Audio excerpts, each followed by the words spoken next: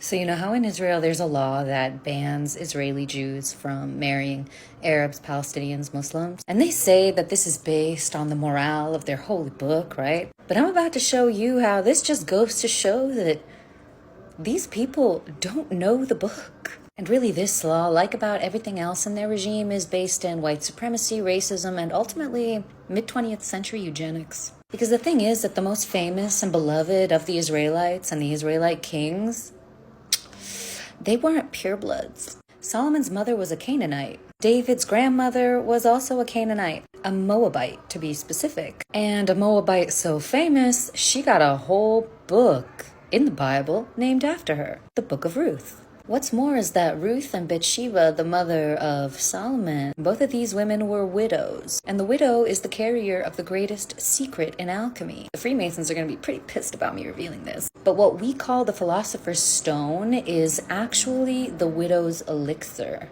And the sons of the widow are the real heroes of humanity, which is why a Freemason is otherwise called the son of the widow. Also, hi, I'm Ilyan, and I wrote a PhD on political identity in Palestine and Israel. Oh, you thought I was just a little twitchy witch? No, that's Dr. Twitchy Witch to you. I also wrote a master's on alchemy and Jungian dream analysis. I know everything.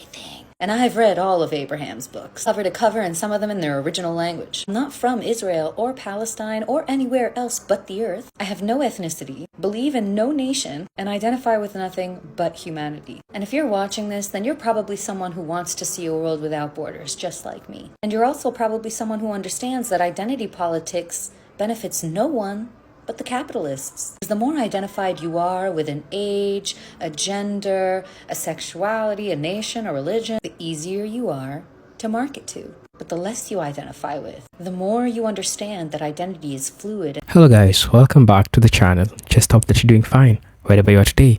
Now in today's video we're going to be talking about something a little bit different, but at the same time so impactful for us, because there are those topics that we are trying to explore. One amongst the topics that we are going to explore today is eugenics, racism. Amongst the things, these are things that any person that has been in the United States, especially early 19th century, these are things that happened, right? Now, the same things are still happening today. For example, when you look at the Israel laws that effectively prevent marriages between Israeli Jews and Arab, which are particularly Palestinians, from occupied territories. This means that these laws are not explicitly, but they have put them to stop the interbreeding. And why is this video important? This video is important today because it shows the levels of white supremacy. It shows the levels of how people believe in scientific things, that they are greater as compared to other people, or they want to protect something which is called pure, something which, I mean, they take themselves as more pure as compared to any other people, right? And this is what the Israeli Jews are trying to do. Now I want us to watch this video about this woman. She is going to share many important things that I feel like we need to have a look and talk about them. I want us to watch this video. I'll be back, and then we're gonna be having a discussion about this because it's important. Because just saying a couple of things that they have said: no civil marriage in Israel, that's one thing. They have citizenship and entry restriction. They have marriages abroad. So these are the things that, you know, they believe that it's written in their book, and that's what they believe, right? And even if you look at what the Israel is trying to do across the world, makes you question a lot of things. So it's more of white supremacy and the idea of maintaining what is called purity that is not there. Right, so I want us to watch this video. I'll be back and we'll have a discussion about this. If you're watching this video for the first time, I'll most definitely ask you to subscribe to the channel, join our membership, and really get to see what we can offer you. But until then, let's dive right into it. I'll be back. So you know how in Israel there's a law that bans Israeli Jews from marrying Arabs, Palestinians, Muslims? And they say that this is based on the morale of their holy book, right? But I'm about to show you how this just goes to show that these people don't know the book. And really this law, like about everything else in their regime, is based in white supremacy, racism, and ultimately mid-20th century eugenics. Because the thing is that the most famous and beloved of the Israelites and the Israelite kings, they weren't purebloods. Solomon's mother was a Canaanite. David's grandmother was also a Canaanite, a Moabite to be specific. And a Moabite so famous, she got a whole book in the Bible named after her, the Book of Ruth. What's more is that Ruth and Bathsheba, the mother of Solomon, both of these women were widows. And the widow is the carrier of the greatest secret in alchemy. The Freemasons are going to be pretty pissed about me revealing this. But what we call the Philosopher's Stone is actually the widow's elixir. And the sons of the widow are the real heroes of humanity, which is why a Freemason is otherwise called the son of the widow. Also, hi, I'm Ilian, and I wrote a PhD on political identity in Palestine and Israel. Oh, you thought I was just a little twitchy witch? No, that's Dr. Twitchy Witch to you. I also wrote a master's on alchemy and Jungian dream analysis. I know everything. And I've read all of Abraham's books, cover to cover, and some of them in their original language. I'm not from Israel or Palestine or anywhere else but the earth. I have no ethnicity, believe in no nation, and identify with nothing but humanity. And if you're watching this, then you're probably someone who wants to see a world without borders, just like me. And you're also probably someone who understands that identity politics benefits no one but the capitalists. The more identified you are with an age, a gender, a sexuality, a nation, a religion, the easier you are to market to. But the less you identify with, the more you understand that identity is fluid and that you change every single day. That as you watch this video, you're not the same person who watched the last video. Then you're really hard to pin down and categorize. It's really hard to put you in a demographic when you're a shapeshifter. But anyway, back to Ruth, whose book I encourage you to read because it's really short. But basically, Ruth lived with an Israelite woman named Naomi. She got married, her husband died, and eventually when Naomi was sending her and her sister back to her tribe, she decided to stay with Naomi because she loved her so much. She was like, please, Naomi, let me go with you and worship your God. Naomi approves, takes her back with her to Israel. She marries an Israelite and eventually becomes the grandmother of King David, a man after God's own heart. And then David, who's basically God's favorite ever, he has a whole harem of Israelite wives that he wins in battle and whatnot. He eventually falls in love with a Canaanite woman named Bathsheba. He sees Bathsheba and she is so beautiful, like man's cannot contain himself. So he sleeps with her even though she's married, and he has such a good time, like he cannot forget that. He wants some more, so he basically sends her husband out to battle and conspires to have him killed so that, he can marry her in peace and have her have his babies. But this makes God angry, and he sends one of his prophets to tell David a whole fable with a moral lesson, which I can get into in another video because it's a super cute story. But basically the lesson is that, like, David, you literally have everything. You have a whole harem of wives, and this poor man, Uriah, had the one wife, and you took her away from him. That's so greedy, bro. And for that, I'ma punish you and unalive your first child with Bathsheba, because I know she's pregnant. But David repents, and God forgives him, and he keeps going. Bathsheba has another son, and his name is Solomon. And we all know that Solomon goes on to be like the King of Kings. Solomon is bestowed the honor of building a temple for God, an honor that God did not give to David or anyone before Solomon, and hence the importance of Solomon's temple. The temple built by Hiram Abif, the king of Tyre, who was also a widow's son, who's really the main character in Freemasonry and the Bible's most famous alchemist, and who it is speculated was Solomon's relative. And if the genealogies are correct, and Jesus Christ is really the descendant of Solomon and David, then Yeshua was also a Canaanite. See, because Yahweh says a lot of things throughout the Old Testament that you might think are just absolutely horrid. But even though he has a rep for doing what he says, he doesn't actually follow through on most of the stuff he says he's going to do. Like he repeatedly says throughout the Old Testament that no one is ever going to remember the Canaanites, that the Israelites, they're going to erase them, they're going to eradicate them from the face of the earth, and no one is ever going to hear about them again. And yet here we are, you and I, talking about them. And there goes Yahweh, one book later, picking a Canaanite's descendant to be his favorite king. Bro is a talker, okay? Half the stuff he says, if not more than half, doesn't come to pass. And the modern state of Israel, as we should all know by now, has modeled itself on European colonies, and specifically the French colony, and German tactics for apartheid. Specifically here, that in order for one to maintain a purity of race, which I also don't believe in because it's not scientific, laws need to be implemented to ban intermarriage. But a little bit of critical thinking will show you that if anybody can convert to a religion and then get married, is there any purity of blood being maintained here? Anyway, I think I've rambled enough for now, so come to my live in a few hours. Love you, be free, decategorize yourself. So the Israeli-Palestinian conflict is about religion, right?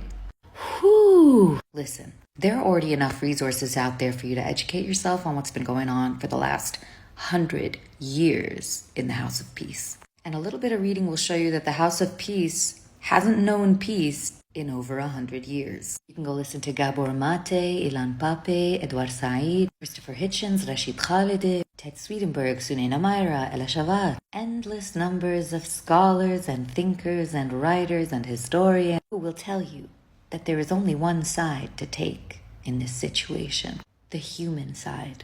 Because what we're seeing isn't a Jew versus Muslim debacle. Because Jews and Muslims are closer to one another than Jews and Christians or Muslims and Christians. In custom, culture, and religious tradition. What we're seeing are the remnants of settler colonialism from the 20th century. The remnants of the logic of the settler colony after the removal of many colonies from the Middle East. Israel alone stands in the Middle East as a representative of empire, as a hearkening to an age of colonial victory. And the thing about the settler colony is that it refuses to alchemize. It refuses integration. When the French went to Algeria, for example, and started setting up their factories, they made it a point to make sure that the Algerians themselves didn't work in the factories, weren't allowed near the grounds of the factories, weren't allowed near, in, or around the French settlements. Settlements and factories built on their homes because the French claimed that they were just too barbaric.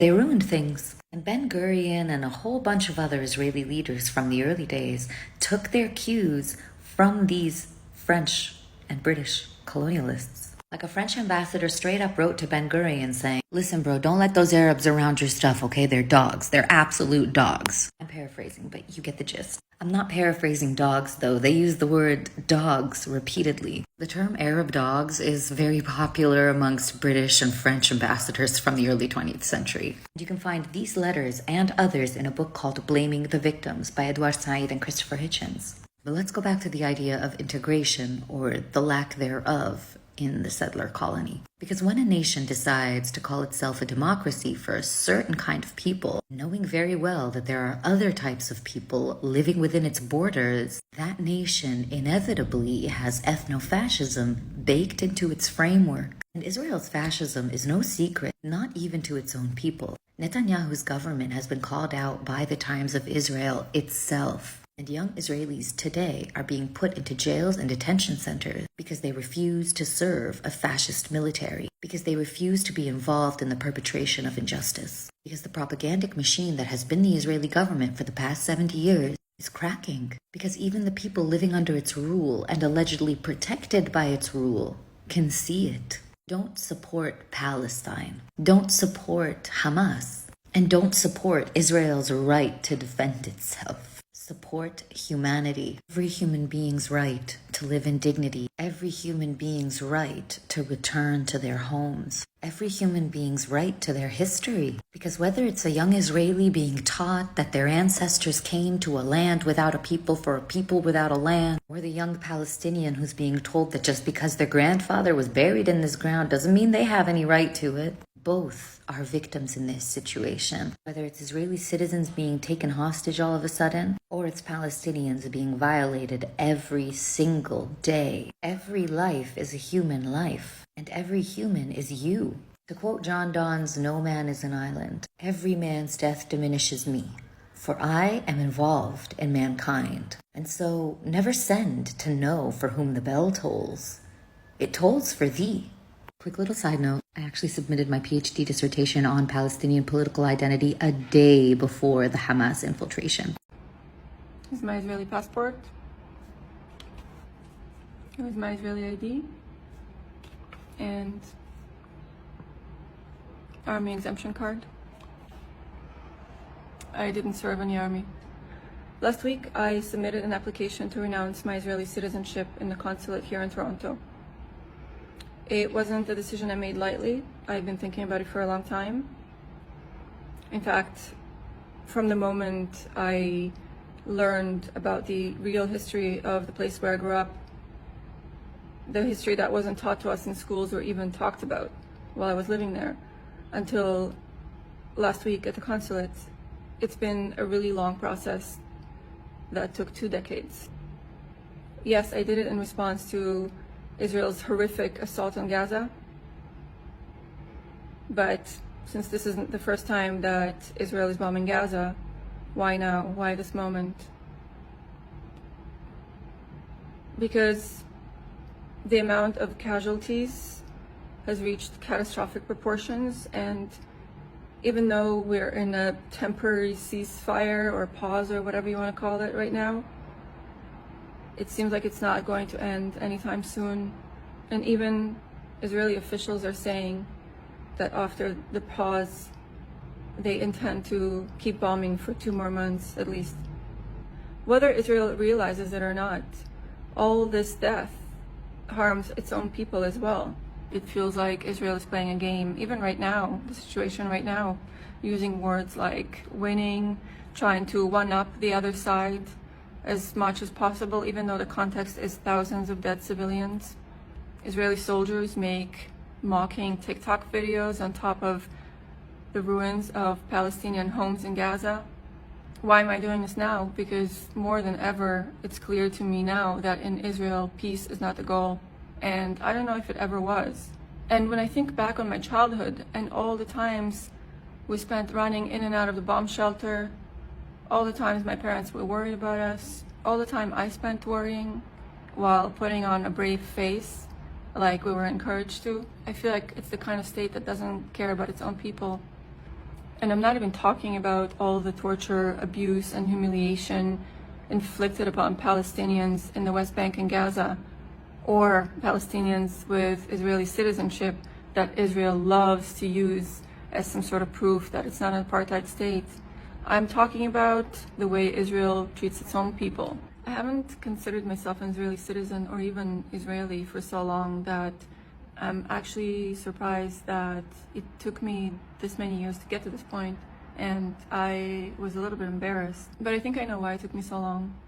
Israel spends so much time and money inciting its own people against each other, family members, friends, neighbors. This decision is going to affect my life, my ability to visit the place where I grew up. It's going to affect my relationship with my family, my relationships with the people closest to me, not just there, but here in Canada. I spent the past few weeks crying over witnessing horrific, heartbreaking death and pain, but also grieving over the possibility that I may lose my relationship with my family.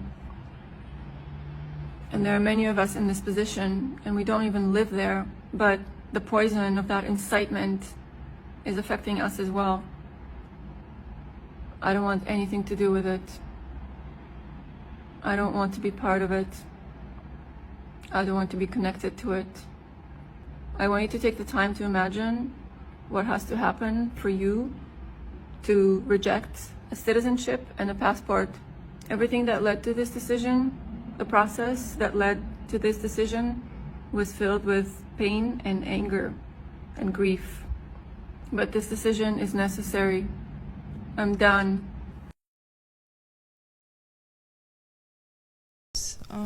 Would I go back to Israel? And what was the last thing you said? Would you go back to Israel if you had the chance to?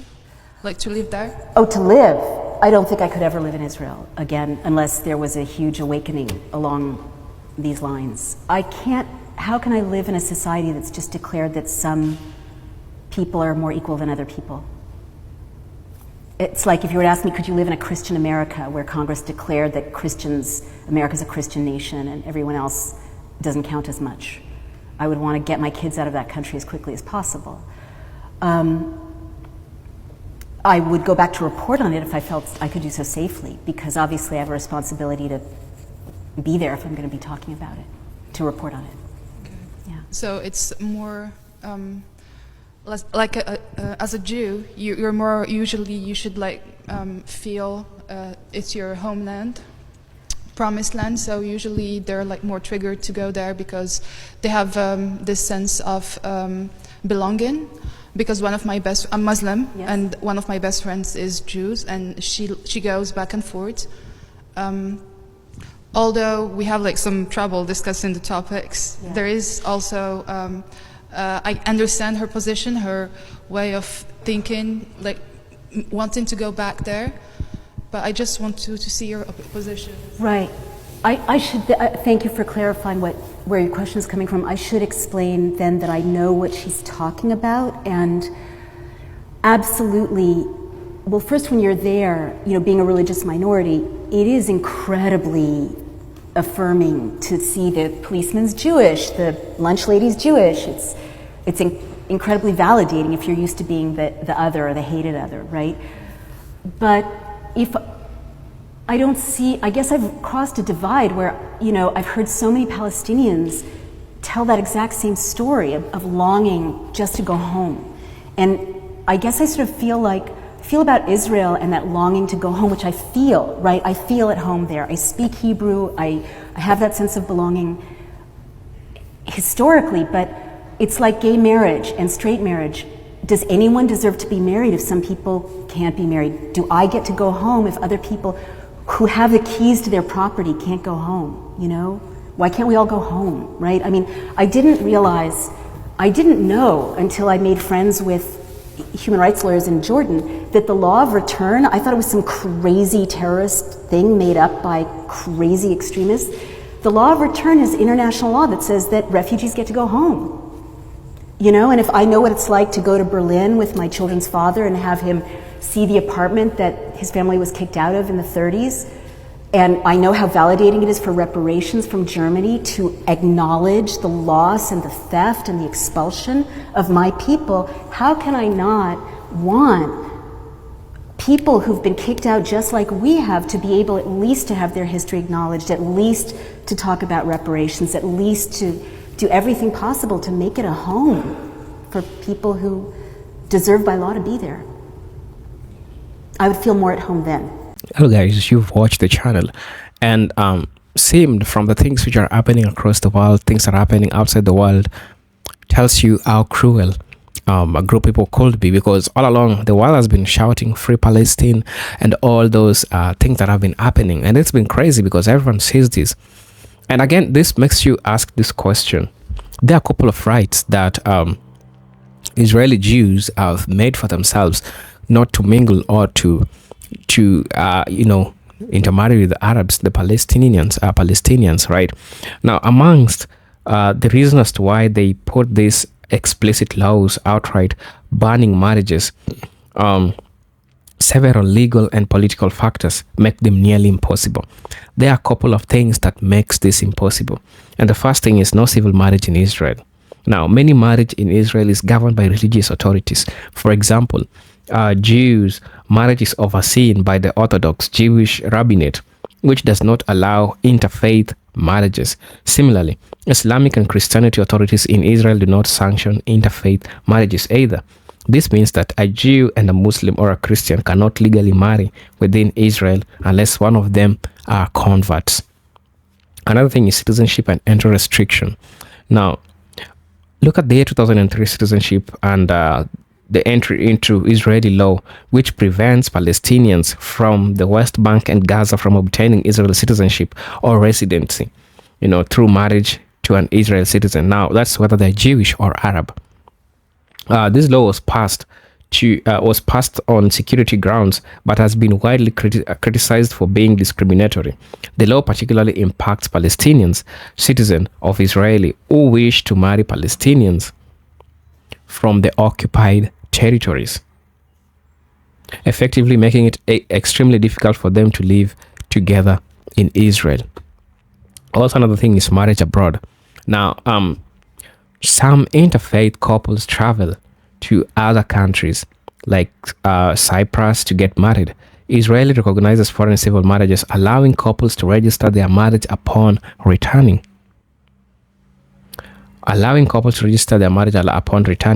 this option is mostly accessible to those with the means to travel and does not change the restrictions on residency and citizenship. Right. Now, there are a couple of terms that I said before, even before I was watching the video.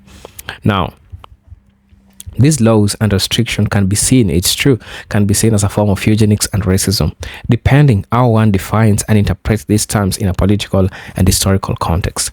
We want to get ourselves I talked about eugenics. Now, what is eugenics? Eugenics, in this sense, eugenics is the practice of controlling reproduction to maintain or improve a certain population. And that's what the Israel is trying to do. They have the notion of purity. They have the notion of feeling like to being pure, right? And same as it could be racism, it could be a white supremacy, right? Because it's true. When you try to argue like historically or how both teams have been acting, tells you that there is something to deal with eugenics. Now, while Israelis' marriage laws do not explicitly reference genetics, they effectively enforce demographic separation by preventing Jewish and Arab intermarriages. This aligns with eugenic-like policies in the sense that it seeks to preserve the Jewish identity of the state by limiting inter-ethnic unions, which could lead to blending of Jewish and Arab population over generations. Also, in an argument of racism, somebody might ask you, how is this racist? It's true. Somebody might ask you, I'll say, racism involves discrimination based on racial or ethnic identity. The citizenship and entry into Israel law disproportionately affects Arabs, particularly Palestinians. By restricting their rights to marry freely and obtaining legal residency while the law is justified on security grounds, critics argue that it is a tool of a racial and demographic control. Rather than a legitimate security measure, it disproportionately impacts Palestinians, reinforcing segregation and limiting their rights, right? And now, look at many countries that they're trying to, in many countries, law banning at interethnicity, interracial, marriages have been historically considered racist, such as anti-miscegenation laws in the United States under Jim Crow or apartheid in South Africa, prohibition of interracial marriages in Israelis' policies, while framing differently share similarities in restricting who can marry based on identity, which is a hallmark of racial discrimination. So would you say these policies reflect broader Zionist goals of maintaining a Jewish majority? Do you think concerns are gratitude, legitimate justification? I want to know about definitely how you feel about this, how you say about this, because at the end of the day, it's about how you as a person you feel about this. And I agree with the lady who was trying to define all this, and you could see some people are tired with what the Israel is trying to do. They trying to find a way, like the lady who carried the passport, right? And these are things that really happen. And it's like Netanyahu is not like he's not saying these are things that are happening, and the world is saying this, right? So I developed an interest in this area because I felt like it's important, and we need to have a discussion in regards to this. So these are presented Jinduke stories, and I'm open to see you in my next video. If you felt like this video was so educational, kindly make sure to subscribe to our channel, join our membership, and really get to see what can offer you. If you wish to buy me a coffee on my Cash App, it's on my bio. I'll most definitely appreciate the support that you're giving me. To all my subscribers and everyone, I say thank you so much for always coming and tuning and watching my videos. Until then, I hope I'm going to be seeing you in my next video. Peace, love, and harmony. Salute.